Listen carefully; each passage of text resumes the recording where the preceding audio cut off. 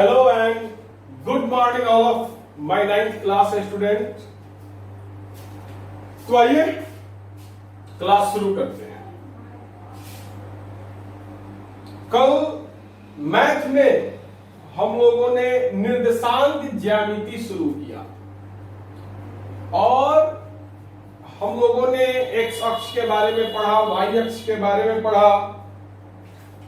मैंने बहुत सारी चीजों के बारे में हम लोगों ने पढ़ा और लास्ट में हम लोगों ने पढ़ा चतुर्थांश के बारे में। प्रथम चतुर्थांश, द्वितीय चतुर्थांश, तृतीय चतुर्थांश और चतुर्थ चतुर्थांश।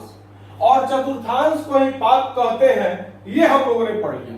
अब उससे आगे हम लोग देखेंगे। तो आज हम लोगों को पढ़ना है किसी बिंदु का निर्देशांक कैसे निकालेंगे, फोटो को देख करके कैसे बताएंगे कि किसी बिंदु का निर्देशांक क्या होता है। तो आइए तो समझिएगा। पहले किसी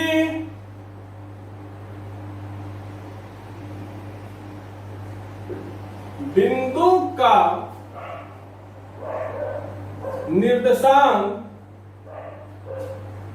बराबर x, y। मतलब पहले x का मान लिखेंगे, उसके बाद कॉमा देंगे, उसके बाद y का मान लिखेंगे और स्मॉल ब्रैकेट में डाल देंगे। मतलब अब आइए समझा जाए, शुरू किया जाए समझना। तो ध्यान से समझिएगा बाबू। कल मैंने आपको समझाया था कि यहां पर x होता है, यहां पर x डैश होता है, यहां पर y होता है, यहां पर y डैश होता है। इसको x अक्ष या क्षैतिज रेखा कहा जाता है, इसको y अक्ष या ऊर्ध्वाधर रेखा कहा जाता है। और x अक्ष और y अक्ष एक दूसरे को मूल बिंदु पर प्रतिच्छेद करते हैं। मूल बिंदु को O से सूचित किया जाता है। हम लोग ये भी बताए थे कि मूल बिंदु के राइट साइड धनात्मक होता है, जैसे 1, 2, 3, 4। मूल बिंदु के लेफ्ट साइड ऋणात्मक होता है, -1, -2, -3, -4। मूल बिंदु के ऊपर की तरफ धनात्मक होता है, 1, 2, 3, 4। मूल बिंदु के नीचे की तरफ ऋणात्मक होता है, -1, -2, -3, -4। आप लोगों को यह भी बताए थे कि आप जितना आगे जाना चाहे उतना आगे जा सकते हैं। अब मान लीजिए कि इसमें कल मैंने बताया था एक आयत को 4 भागों में बांटा गया। अब इसमें कहीं पर भी कोई बिंदु डाल दिया जाए। मान लो मैं यहां पर एक बिंदु डाल दे रहा हूं A। मैंने यहां पर एक बिंदु डाल दिया A और मैं पूछूं आपसे कि बिंदु A का निर्देशांक क्या होगा। अगर मेरा मन करे तो मैंने यहां पर एक बिंदु डाल दिया B। मैंने एक बिंदु डाल दिया B और मैं आपसे पूछूं कि बिंदु B का निर्देशांक बताइए। मेरा मन किया, मैंने एक और बिंदु डाल दिया यहां पर, बिंदु C। और मेरा मन किया, मैंने एक और बिंदु डाल दिया यहां पर, बिंदु D। मैंने 4 बिंदु यहां पर डाला है, बिंदु A, बिंदु B, बिंदु C, बिंदु D। अब सवाल है कि सभी बिंदु का निर्देशांक बताइए। मतलब बिंदु 1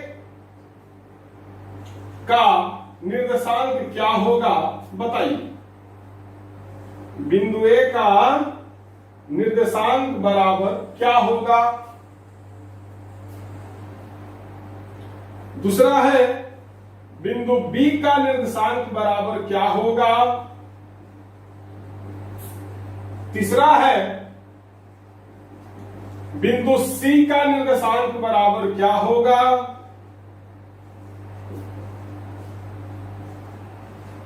बिंदु C का निर्देशांक बराबर क्या होगा। और चौथा मैंने आपसे पूछ लिया बिंदु डी का निर्देशांक क्या होगा। मतलब इस सभी बिंदु को मैंने इसको, अब एक चीज और समझिएगा, इसको कार्तीय तल कहा जाता है। क्या कहा जाता है? कार्तीय तल। कार्तीय तल अंग्रेजी में कोऑर्डिनेट प्लेन। कोऑर्डिनेट प्लेन, तो इसको क्या कहा जाता है? कार्तीय तल। कार्तीय तल में ही एक्स अक्ष होता है, वाई अक्ष होता है, प्रथम चतुर्थांश होता है, द्वितीय चतुर्थांश होता है, तृतीय चतुर्थांश होता है और चतुर्थ चतुर्थांश होता है। तो कार्तीय तल में मैंने 4 बिंदु डाला, बिंदु ए, बिंदु बी, बिंदु सी और बिंदु डी। अब आपको यह बताना है कि सारे बिंदु का निर्देशांक क्या होगा। तो जैसे कि मैंने आप लोगों को सबसे ऊपर में ही बताया है कि किसी भी बिंदु का निर्देशांक, किसी बिंदु का निर्देशांक बराबर x, y और ब्रैकेट, मतलब पहले x का मान, उसके बाद y का मान। तो x के मान को, किसी भी बिंदु का निर्देशांक में x का जो मान होता है उसको x निर्देशांक कहते हैं और y का जो मान होता है उसको y निर्देशांक कहते हैं। थोड़ी देर में मैं आपको इस बात के बारे में बता दे रहा हूं। चलिए बिंदु ए का निर्देशांक देखा जाए तो सबसे पहले x का मान तो कैसे निकालेंगे, तो देखा जाए। बिंदु ए है, देखिए नीचे से, अच्छा मार्कर चाहिए इसके लिए। यह बिंदु ए है,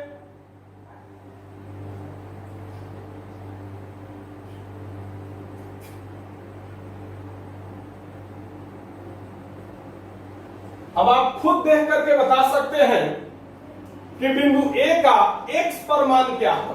बिंदु ए का x का मान क्या है, तो आपने देखा ये जो बिंदु है इसका x का मान क्या है, तो 1 है। तो किसी भी बिंदु का निर्देशांक पूछा जाए तो पहले x का मान, और बिंदु ए का x का मान क्या है, नीचे की तरफ आकर के देखिए क्या है, 1 है। तो x का मान लिख दो 1, उसके बाद कॉमा दो, x का मान लिख करके कॉमा, x का मान 1 है, 1 लिख करके कॉमा। अब y का मान देखा जाए तो ये बिंदु का y, इस बिंदु ए का y का मान क्या है, देख लो y का मान क्या है, 4 है। y का मान क्या है, 4 है। तो y का मान हम लोग क्या लिख दिए, 4 और ब्रैकेट में घेर दो। मतलब इस बिंदु ए का निर्देशांक क्या हो गया, 1,4। बिंदु ए का निर्देशांक क्या हो गया, 1,4। तो किसी भी बिंदु का निर्देशांक ज्ञात करने के लिए, निर्देशांक पता करने के लिए हम लोगों को क्या करना है, तो पहले देख लेना है कि x पर उसका मान क्या है और लिख देना है, उसके बाद y पर उसका मान क्या है लिख देना है, बीच में कॉमा दे देना है और छोटा वाला ब्रैकेट स्मॉल ब्रैकेट में घेर देना है। अब इसी प्रकार बिंदु B का निर्देशांक देखा जाए, बिंदु B का निर्देशांक देखा जाए तो आप देख सकते हो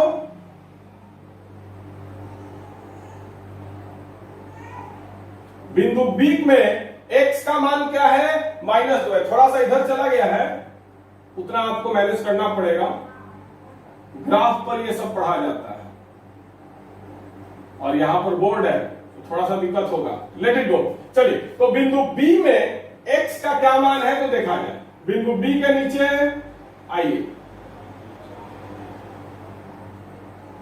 तो हम लोग देख रहे हैं कि बिंदु B का x का मान -2 है, तो लिख दो -2 और उसके बाद कॉमा दे दो। और y का जो मान है वो क्या है, 2 है, तो y की जगह पर 2 लिख दो और ब्रैकेट में घेर दो। तो बिंदु B का निर्देशांक क्या हो गया, -2,2। B के नीचे -2 है x पर और y पर 2 है, तो बिंदु B का निर्देशांक क्या हो गया, -2,2। मैंने आपको बताया है किसी भी बिंदु का निर्देशांक बराबर x, y, पहले x का मान लिखो, उसके बाद कॉमा दो, उसके बाद y का मान लिखो और छोटा वाला ब्रैकेट में घेर दो। तो यहां पर बिंदु B में हमने देखा है कि x का मान -2 है और y का मान 2 है। उसके बाद अब आइए बिंदु C में, तो आइए x का मान देखा जाए।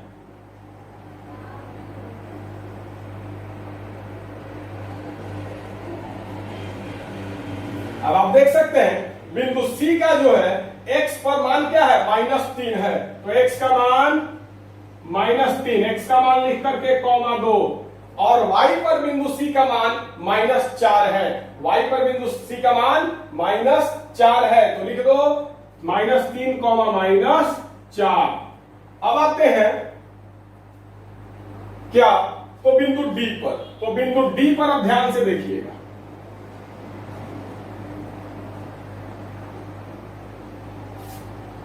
तो ये x अक्ष है, ये y अक्ष है, x का मान देखना होगा तो x अक्ष से मिलाएंगे, y का मान देखना होगा तो y अक्ष से मिलाएंगे। तो बिंदु D में x का मान क्या है, आप देख सकते हैं बिंदु D में x का मान 4 है, तो लिखो 4, उसके बाद (2) और y में आप देख सकते हैं बिंदु D का मान क्या है, -2 है, तो लिख दो -2 और ब्रैकेट में घेर दो। तो हमको लग रहा है कि अब आप समझ गए होंगे कि किसी भी बिंदु का निर्देशांक क्या होता है।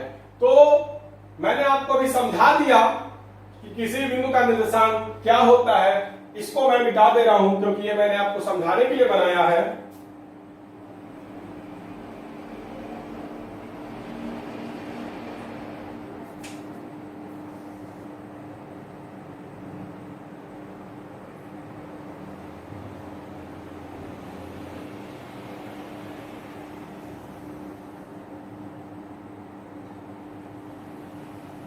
अब आप क्या करो, तो वीडियो को रोको और वीडियो को रोक करके इसको उतारो, वीडियो को रोक करके उतारो। एक बार फिर से बता दे रहे हैं, कार्तीय तल तो x अक्ष, y अक्ष, प्रथम चतुर्थांश, द्वितीय चतुर्थांश, तृतीय चतुर्थांश, चतुर्थ चतुर्थांश, ये सब कहां है, इतना ही दूर में ना है, तो इसी को क्या कहते हैं, कार्तीय तल कहते हैं। कार्तीय तल में x अक्ष भी होता है, y अक्ष भी होता है, प्रथम चतुर्थांश भी होता है, द्वितीय चतुर्थांश भी होता है, तृतीय चतुर्थांश भी होता है और चतुर्थ चतुर्थांश भी होता है। तो वीडियो को पॉज कीजिए और उतारिए सब काम छोड़कर, पहले इसको उतारिए उसके बाद आगे बढ़िएगा।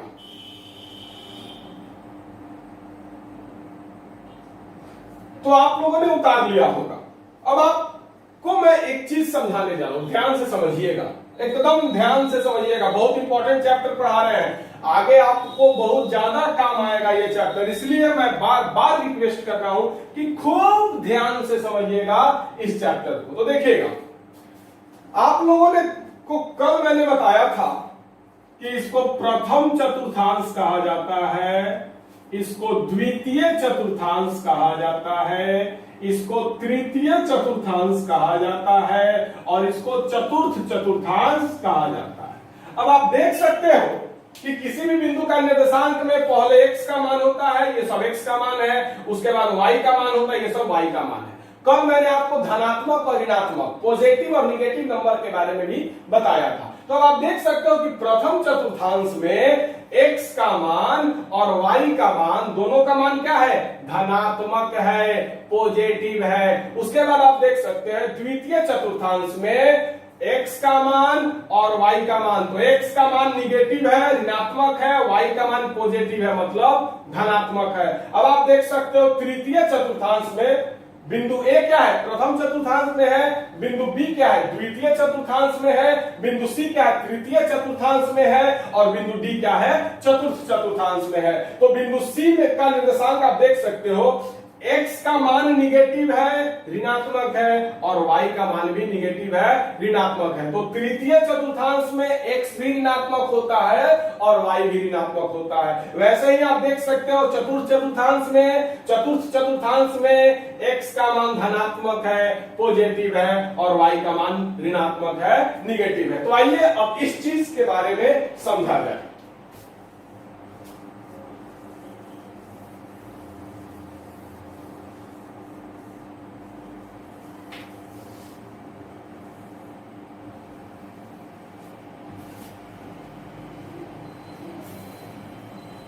चलिए ध्यान से समझिएगा। 1 नंबर, अब हम लोग को देखना है कि कहां पर धनात्मक होगा, कहां पर ऋणात्मक होगा। तो अब देखा जाए, प्रथम चतुर्थांश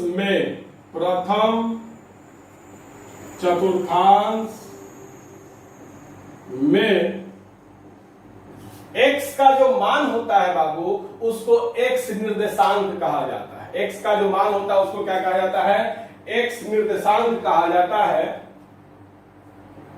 तो चलिए एक बार उसको मैं समझा दे रहा हूं। किसी भी बिंदु का निर्देशांक क्या होता है? किसी भी बिंदु का निर्देशांक क्या होता है? तो x, y, x, y।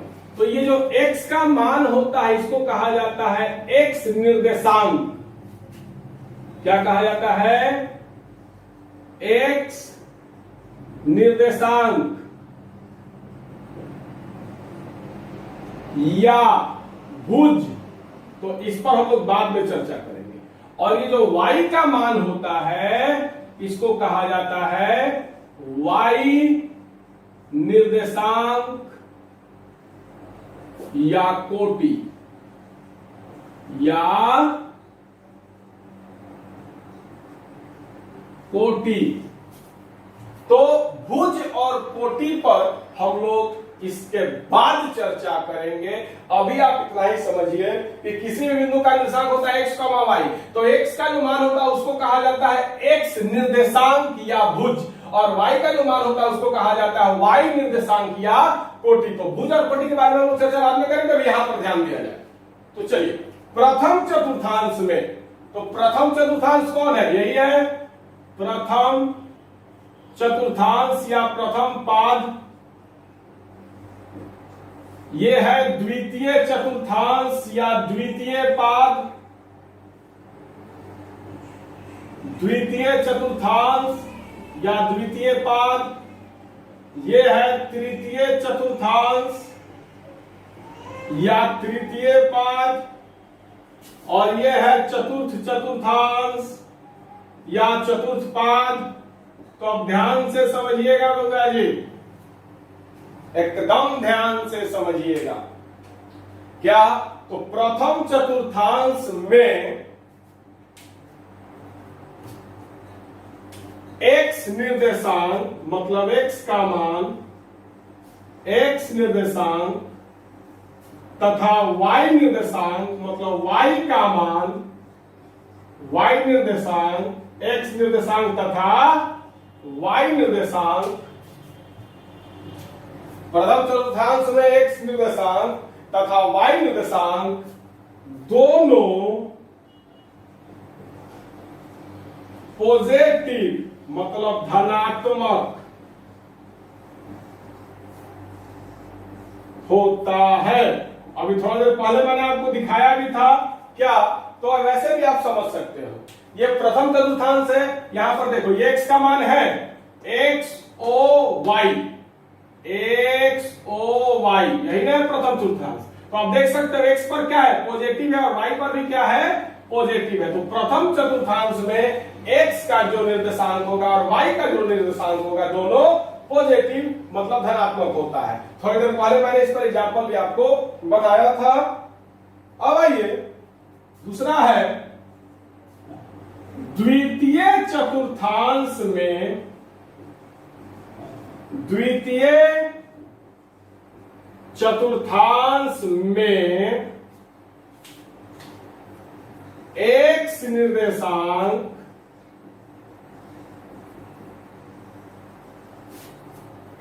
निर्देशांक निगेटिव मतलब ऋणात्मक, कल बताए थे x निर्देशांक निगेटिव होता है तथा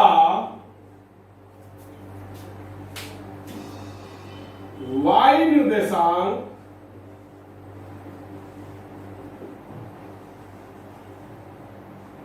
पॉजिटिव होता है। तो आप देख सकते हो यह है द्वितीय चतुर्थांश मतलब x dash o y, x dash o y, यही ना द्वितीय चतुर्थांश। तो द्वितीय चतुर्थांश में आप देख सकते हो x का मान ऋणात्मक और y का मान धनात्मक है। तो द्वितीय चतुर्थांश में x निर्देशांक निगेटिव होता है तथा y निर्देशांक पॉजिटिव होता है। तो वीडियो को रोक करके उतारिए, उसके बाद तृतीय और चतुर्थ पर हम लोग चर्चा करेंगे। वीडियो को पॉज करके वीडियो को रोककर उतारिए।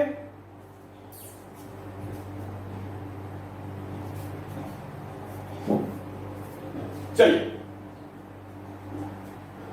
आई थिंक आप लोगों ने उतार दिया होगा। अब आइए,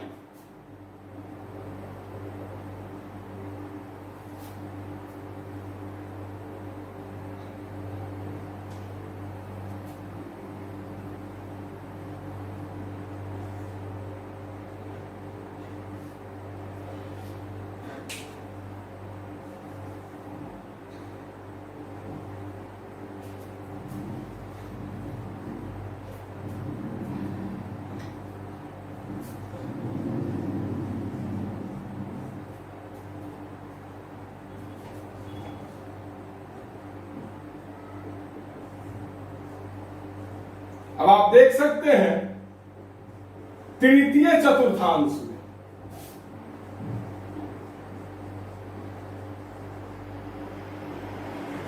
तो आप देख सकते हैं तृतीय चतुर्थांश, तो x dash y sorry x dash o और y डैश यही ना है तृतीय चतुर्थांश।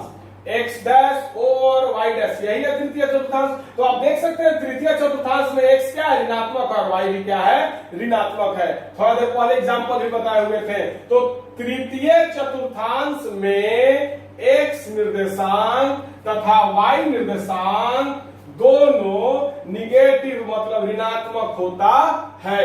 अब आइए चतुर्थ चतुर्थांश में, क्या चतुर्थ चतुर्थांश में तो आप देख सकते हैं चतुर्थ चतुर्थांश में क्या, तो चतुर्थ चतुर्थांश में x निर्देशांक पॉजिटिव होता है तथा y निर्देशांक निगेटिव होता है। तो आप देख सकते हैं यह है आपका चतुर्थ चतुर्थांश x o y dash, x o y dash यही ना आपका चतुर्थ चतुर्थांश। तो चतुर्थ चतुर्थांश में आप देख सकते हैं कि x का मान क्या है, पॉजिटिव है, धनात्मक है, y का मान क्या है, निगेटिव है, ऋणात्मक है। तो चतुर्थ चतुर्थांश में x निर्देशांक पॉजिटिव होता है तथा y निर्देशांक निगेटिव होता है। तो अब आप लोगों को मैं समझाना चाहूंगा कि इतना डिटेल हम क्यों पढ़ाएं। तो पहले वीडियो को रोको और रोकने के बाद उतारो और उतारने के बाद आगे देखो। वीडियो को रोककर उतारो पहले। तो चलिए, इसके पहले मैंने आपको चारों चतुर्थांश में एक एक बिंदु को रखा था और सबका निर्देशांक निकाला था। उसमें आप देख सकते हैं कि प्रथम चतुर्थांश में x और y दोनों का मान धनात्मक है। आप पलट करके देख सकते हैं। उसमें भी आप ये भी देख सकते हैं कि द्वितीय चतुर्थांश में बिंदु B था तो उसमें x का जो मान था वो निगेटिव था, y का जो मान था वो पॉजिटिव था। आप देख सकते हैं कि तृतीय चतुर्थांश में बिंदु C था, उसमें x और y दोनों का मान निगेटिव था। और आप देख सकते हैं कि चतुर्थ चतुर्थांश में बिंदु D था जिसमें x का मान पॉजिटिव था और y का मान निगेटिव था। तो इस तरीके से आप एग्जांपल भी समझ सकते हैं। तो इतना डिटेल पढ़ाने के पीछे कारण क्या है ये समझिएगा। इतना डिटेल पढ़ाने के पीछे कारण ये है कि 10th क्लास में जब जाओगे आप और जब 10वां के बोर्ड परीक्षा में बैठोगे, 10th क्लास के बोर्ड एग्जाम में जब आप बैठोगे तो ऑब्जेक्टिव क्वेश्चन होता है और हमेशा 1 नंबर चाहे 2 नंबर का ऑब्जेक्टिव पूछ लेता है। एगो बिंदु का निर्देशांक दे देगा, मान लो दे देगा -2,3 और बोलेगा कि बताइए कि -2,3 किस चतुर्थांश में है, और ऑप्शन दे देगा प्रथम, द्वितीय, तृतीय और चतुर्थ। तो अगर ये आपको याद रहेगा तब तो आप देखोगे -2,3 मतलब x निगेटिव है, y पॉजिटिव है, द्वितीय चतुर्थांश, तो ऑप्शन मार दोगे। तो ये जो मैंने अभी बताया है इसका फायदा आपको बोर्ड एग्जाम में बहुत ही अच्छा से होगा। तो इसलिए इसको सीरियस वे में लेकर चलिएगा, हल्का में मत लीजिएगा। अब आगे बढ़ते हैं।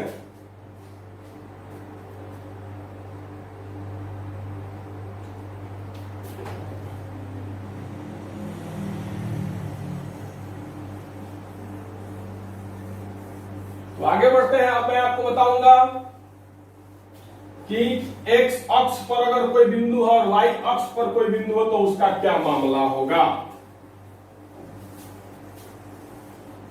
तो ध्यान से समझिएगा और अच्छा से पढ़िएगा। अभी जो मैं बताने जा रहा हूं बहुत इंपॉर्टेंट चीज बता रहा हूं। अभी तक मैंने जितना चीज बताया है वो आपके 10वां के बोर्ड एग्जाम में ऑब्जेक्टिव में गारंटीड पूछेगा, इसलिए खूब ध्यान से पढ़िए ताकि एक भी ऑब्जेक्टिव नहीं छूटे। तो आइए, अब अगर कोई बिंदु एक्स अक्ष पर हो, एक्स अक्ष पर हो तो क्या होगा समझिएगा। तो एक्स अक्ष पर स्थित बिंदु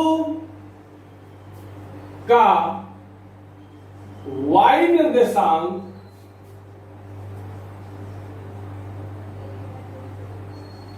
जीरो होता है।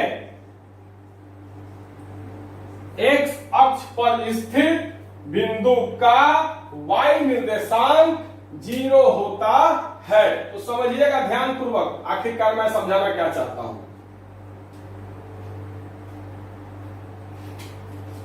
अर्थात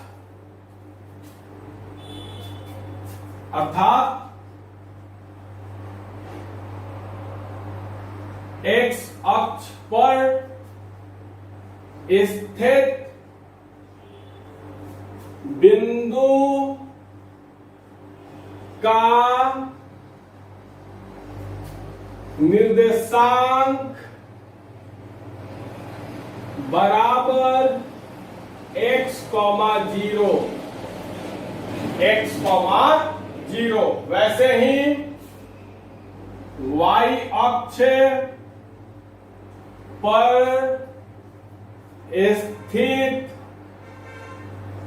बिंदु का x निर्देशांक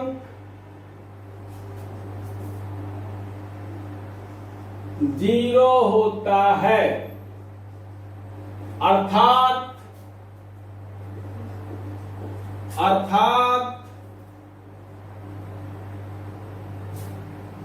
y अक्ष पर, यहां पर छूट गया बाबू, लिख लीजिएगा। अर्थात y अक्ष पर स्थित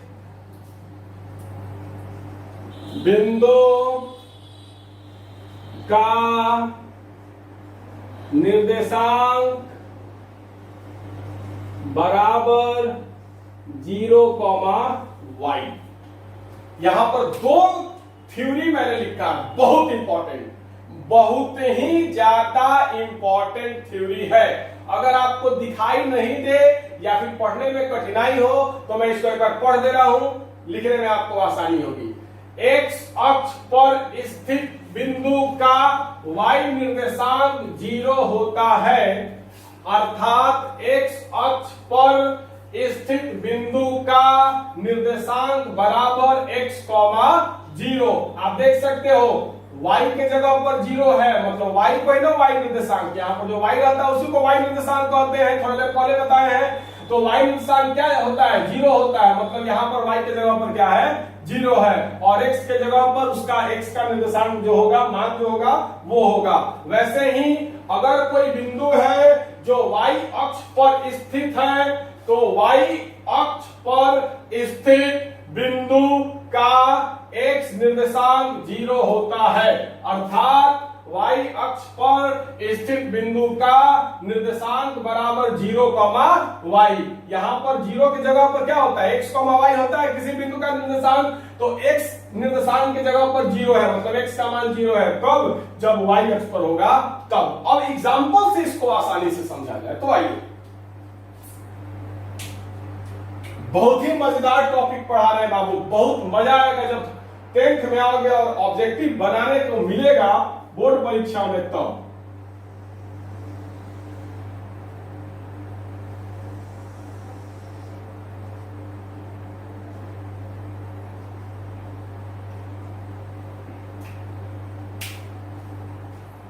आप एक काम करो, वीडियो को रोको और पहले इसको उतारो, उसके बाद हम लोग आगे एग्जाम्पल पर बढ़ा जाएगा।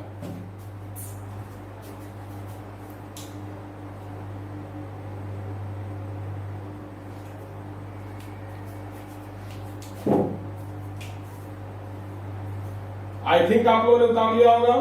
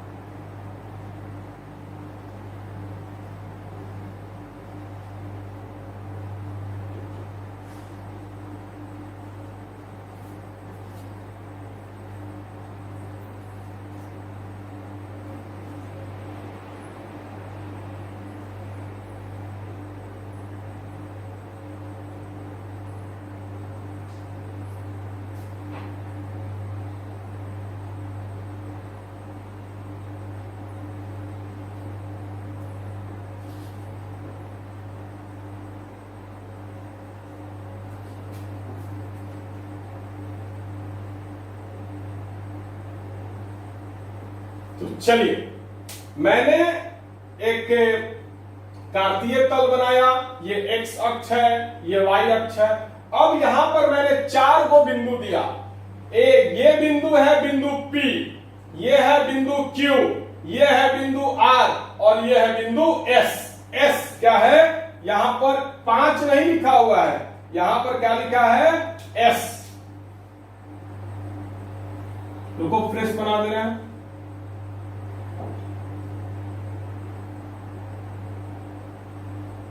यह है कोई बिंदु S। अब आपसे पूछा जाएगा क्या? तो बिंदु P का निर्देशांक बराबर बिंदु P का निर्देशांक क्या होगा? उसके बाद बिंदु Q का निर्देशांक बराबर, मतलब बिंदु Q का निर्देशांक क्या होगा? इसके बाद आपसे पूछा जाएगा बिंदु R का निर्देशांक क्या? तो बिंदु R का निर्देशांक बराबर व्हाट? उसके बाद आपसे पूछा जाएगा बिंदु S का निर्देशांक क्या होगा? बिंदु S का निर्देशांक बराबर। बाबू बहुत ही इंपॉर्टेंट चीज पढ़ा रहे हैं। जब 10th में जाओगे और जब बोर्ड के परीक्षा में बैठोगे तो मैथ के क्वेश्चन में 50 वो ऑब्जेक्टिव रहता है और उसमें से 5-6 वो ऑब्जेक्टिव आपको निर्देशांक ज्यामिति से रहता है। मतलब इन सारी चीजों से आपको मिलेगा, इसलिए खूब अच्छा से समझो। जितना गहराई में जाकर के समझोगे उतना ही आसानी से ऑब्जेक्टिव आपसे बनेगा, इसलिए प्लीज ध्यान लगाइए। अब आइए, तो आप देख सकते हो मैंने यहां पर एक फोटो बनाया, 4 को बिंदु डाला, बिंदु P, बिंदु Q, बिंदु R, बिंदु S। अब मैं आपसे पूछ रहा हूं कि बिंदु P का निर्देशांक क्या होगा बताइए, बिंदु Q का निर्देशांक क्या होगा बताइए, बिंदु R का निर्देशांक क्या होगा बताइए, बिंदु S का निर्देशांक क्या होगा बताइए। तो आइए अब बताया जाए कि भाई मामला क्या है। तो आप देखिएगा ध्यान से, बिंदु P और बिंदु Q ये दोनों x अक्ष पर स्थित है। ये x है, ये x डैश है, इसको x अक्ष कहा जाता है। तो बिंदु P और बिंदु Q क्या है? x अक्ष पर स्थित है। और मैंने लिखा है x अक्ष पर स्थित बिंदु का y निर्देशांक 0 होता है। तो आइए, तो किसी भी बिंदु का निर्देशांक पहले x का मान लिखते हैं, उसके बाद y का मान लिखते हैं। तो बिंदु P का निर्देशांक देखा जाए तो बिंदु P x पर कहां पर है? 1 पर है। बिंदु P जो है वो x में कहां पर है? तो 1 पर है। तो x का मान क्या होगा? 1। x का मान क्या होगा? 1।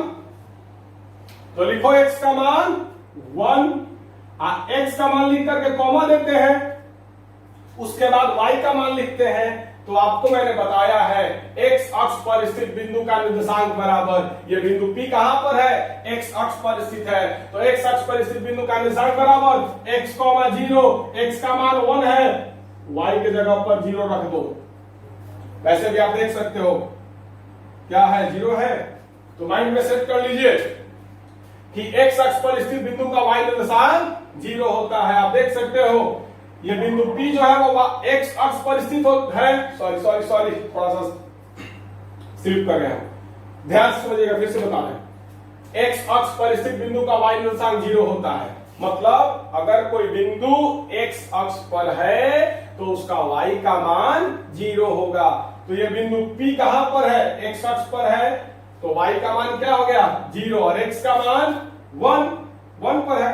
उसी तरीके से बिंदु Q का निर्देशांक, तो बिंदु Q देखो कहां पर है? बिंदु Q x पर है और x पर है तो y का मान 0 होगा। तो पहले 0 लिख दो, y के जगह पर 0 लिख दो और कॉमा। अब x के जगह पर क्या लिखोगे? तो आप देख सकते हो बिंदु Q जो है वो x अक्ष पर कहां पर है? -3 पर है। मतलब x का निर्देशांक क्या है? -3 है। तो लिख दो -3, 0। 0 क्यों? क्योंकि x अक्ष पर स्थित बिंदु का निर्देशांक क्या होता है? x, 0, y का मान 0 होता है। तो आपने देख लिया कि बिंदु P और बिंदु Q दोनों x अक्ष पर है, इसीलिए उसका y निर्देशांक 0 है। अब आइए बिंदु आर और बिंदु एस। तो आप देख सकते हो कि बिंदु आर और बिंदु एस ये दोनों कहां पर है, वाई अक्ष पर है। तो मैंने यहां लिखा है वाई अक्ष पर स्थित बिंदु का एक्स निर्देशांक 0 होता है। मतलब वाई अक्ष पर अगर कोई बिंदु है तो एक्स का मान क्या होगा, 0 होगा। अर्थात वाई अक्ष पर स्थित बिंदु का निर्देशांक 0, वाई। तो आइए, तो ये सब वाई अक्ष पर स्थित है। आर कहां पर है, 2 पर है। वाई अक्ष पर आर कहां पर है, 2 पर है। तो आर वाई अक्ष पर स्थित है, इसलिए एक्स का मान 0। आर कहां पर है, वाई अक्ष पर है, इसीलिए एक्स का मान क्या हो जाएगा, 0, पहले एक्स का मान उसके बाद वाई का मान। तो एक्स का मान 0 क्योंकि वाई अक्ष पर है, और वाई का मान क्या हो जाएगा, आप देख सकते हो 2 है। तो 0,2 मतलब 0,y। वाई अक्ष पर स्थित बिंदु का निर्देशांक 0,y। तो 0 लिख दिए, y का मान 2 है तो 2 लिख दिए। अब वैसे ही बिंदु S का निर्देशांक, अब आप देख सकते हो बिंदु S कहां पर है, y अक्ष पर है।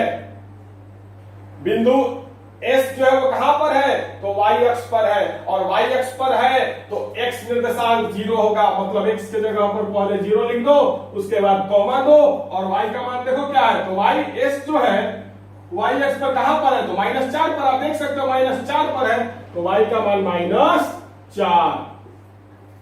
तो बहुत ही इंपॉर्टेंट था, माइंड में सेट कर लीजिए। x अक्ष पर रहेगा तो y का मान 0 होगा, और y अक्ष पे रहेगा तो x का मान 0 होगा। कोई भी अगर बिंदु x अक्ष पर है तो उसका निर्देशांक x, 0 x का मान लिख देना, और कोई भी बिंदु अगर y पर है तो x का मान 0 कर देना, मतलब 0,y। तो वीडियो को रोको और उतारो, वीडियो को रोको और उतारो।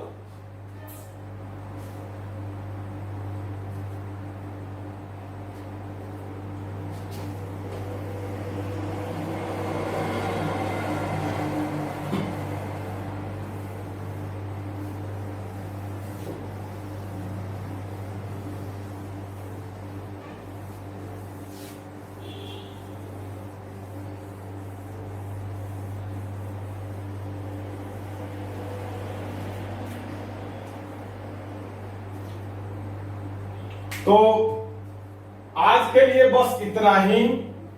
1 से 2 दिन के अंदर मैं आपके सभी विषयों का ऑनलाइन क्लास चालू करवा दूंगा। थोड़ा सा नया व्यवस्था अगर किया जाता है तो नया व्यवस्था करने में थोड़ा सा वक्त लगता है। तो 1 से 2 दिन के अंदर मैं आप लोगों के सभी विषय का ऑनलाइन क्लास शुरू करवा दूंगा, रूटीन लिखवा दूंगा, मैं सारे कामों कर दूंगा, घबराइए मत।